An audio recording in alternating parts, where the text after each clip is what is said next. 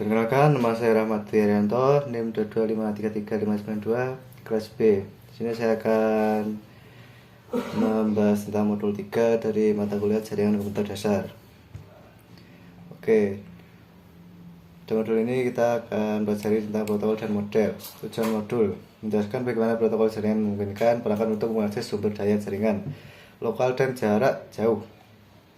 Judul topik: aturan.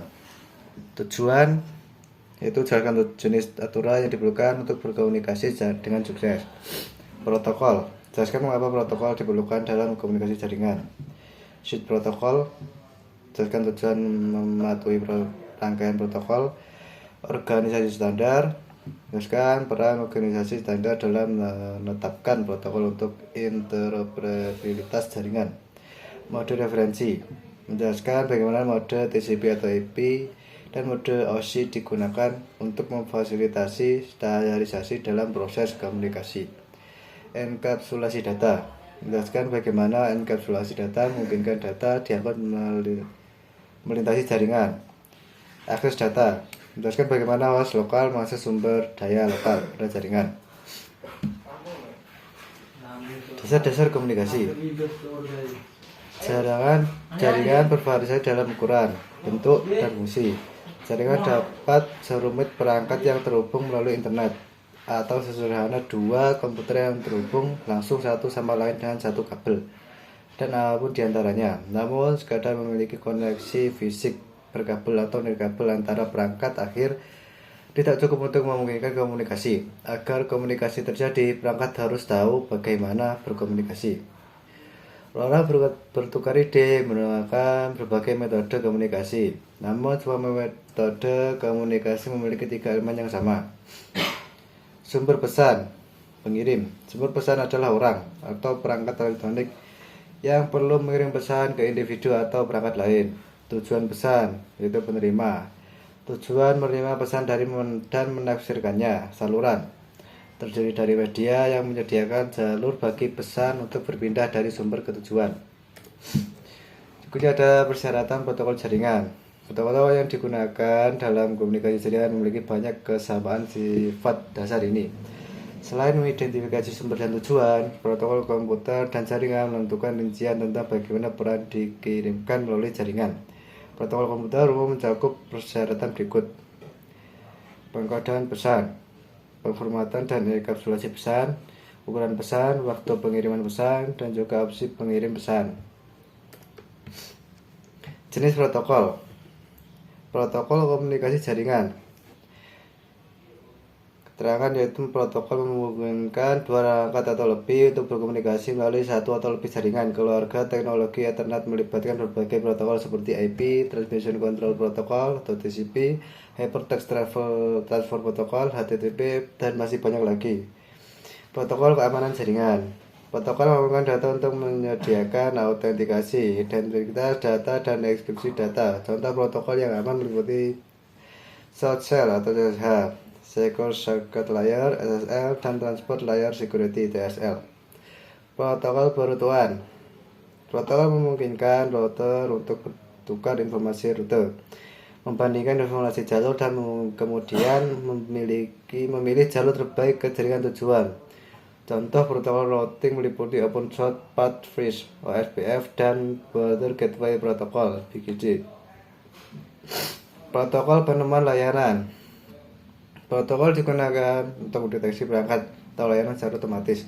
Contoh protokol penemuan layanan meliputi Dynamic Host Configuration Protocol (DHCP) yang menemukan layanan untuk alokasi alamat IP, dan Domain Name System (DNS) yang digunakan untuk melakukan penerjemahan nama ke alamat IP. Di sini ada gambarnya. Pada gambar dijelaskan sebagai berikut.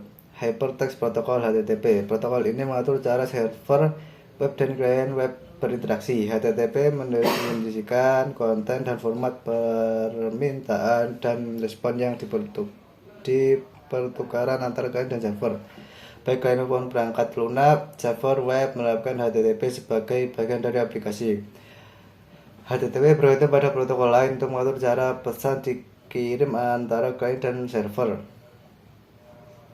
Transmission Control Protocol (TCP). Protokol ini mengelola percakapan individual. TCP bertanggung jawab untuk menjamin pengiriman informasi yang tanda dan mengelola kontrol aliran antara perangkat akhir. Protokol Internet (IP). Protokol ini bertanggung jawab untuk menyampaikan pesan dari pengirim ke penerima. IP digunakan oleh router untuk meneruskan pesan melalui beberapa jaringan. Ethernet. Protokol ini bertanggung jawab atas pengiriman pesan atau dari satu NIC ke NIC lain pada jaringan area lokal LAN Ethernet yang sama. Di sini ada beberapa lapisan seperti aplikasi nyambung internet ke jaringan. Saya jelaskan internet protokol suite atau TCP/IP. Ini adalah protokol suite yang paling umum dan relevan yang digunakan saat ini. Protokol suite TCP atau IP adalah protokol suite standar terbuka yang dikelola oleh Internet Engineering Task Force (IETF). Protokol Open System Interconnection (OSI). Ini adalah sekumpulan protokol yang dikembangkan bersama pada tahun 1977 oleh International Organization for Standardization (ISO) dan Internet Telecommunication Union (ITU). Protokol OSI juga mencakup model 7 lapis yang disebut model referensi OSI. Model referensi OSI mengkategorikan fungsi protokolnya. Saat ini OSI terutama dikenal dengan model berlapisnya. Protokol OSI sebagian besar telah digantikan oleh TCP atau IP. AppleTalk, perangkat protokol milik Apple Inc. yang dirilis pada tahun 1985. Untuk perangkat Apple pada tahun 1995, Apple mengadopsi TCP atau IP untuk menggantikan AppleTalk. Novel Network, katakan protokol dari sistem pengisian milik perusahaan yang berumur pendek yang dikembangkan oleh Novel Inc. pada tahun 1983 menggunakan protokol jaringan IPX. Pada tahun 1995, Novel mengadopsi TCP atau IP untuk menggantikan IPX. Berikutnya adalah manfaat menggunakan model berlapis. Anda tidak dapat benar-benar menyaksikan paket-paket nyata yang berjalan melalui jaringan nyata. Seperti halnya Anda dapat menyaksikan komponen-komponen mobil yang terdapat di jalur perakitan. Jadi ada baiknya Anda memiliki cara berpikir tentang jaringan sehingga Anda dapat membayangkan apa yang sedang terjadi. Sebuah model berguna dalam situasi seperti ini. Berikut adalah manfaat penggunaan model berlapis untuk menggambarkan protokol dan operasi jaringan. Yang pertama yaitu membantu dalam desain protokol karena protokol yang beroperasi pada lapisan tertentu memiliki informasi yang ditentukan yang dapat mereka gunakan dan antar mereka yang ditentukan ke lapisan di atas dan di bawahnya.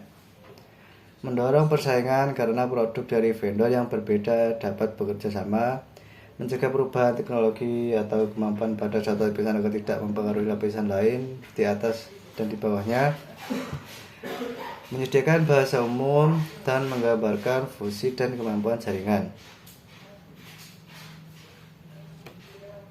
Seperti yang ditunjukkan pada gambar, ada dua model berlapis yang digunakan untuk menggambarkan operasi jaringan. Yang pertama yaitu model referensi interkoneksi sistem terbuka (OSI). Yang kedua adalah mode referensi TCP/IP. Ini adalah gambarnya. Yang sebelah kiri adalah OSI, yang kanan adalah mode TCP atau IP. Alamat. Seperti yang kita pelajari, untuk mengembangkan pesan dalam jaringan. Namun pesannya di segmentasi tersebut tidak akan sampai kemanapun jika tidak ditangani dengan benar. Tapi kini memberikan gambaran umum tentang alamat jaringan. Anda juga akan memperoleh kesempatan untuk menggunakan alat Wireshark yang akan membantu Anda untuk melihat lalu lintas jaringan. Pemisahan jaringan dan tautan data bertanggung jawab untuk mengirimkan data dari perangkat sumber ke perangkat tujuan. Seperti yang ditulis bergambar, protokol di kedua lapisan bisa alamat sumber dan tujuan, namun alamatnya memiliki tujuan yang berbeda. Alamat sumber dan tujuan lapisan jaringan bertanggung jawab untuk mengirimkan paket IP dari sumber asli ke tujuan akhir yang mungkin berada di jaringan yang sama atau jaringan yang jarak jauh. Alamat sumber dari tujuan lapisan tautan data bertanggung jawab untuk mengirimkan bingkai tautan data dari satu kartu antarmuka jaringan NIC ke NIC lain pada jaringan yang sama. Di sini ada gambarnya. Oke, sekian dari saya. Bila ada kurang lebihnya mohon maaf. Wassalamualaikum warahmatullahi wabarakatuh.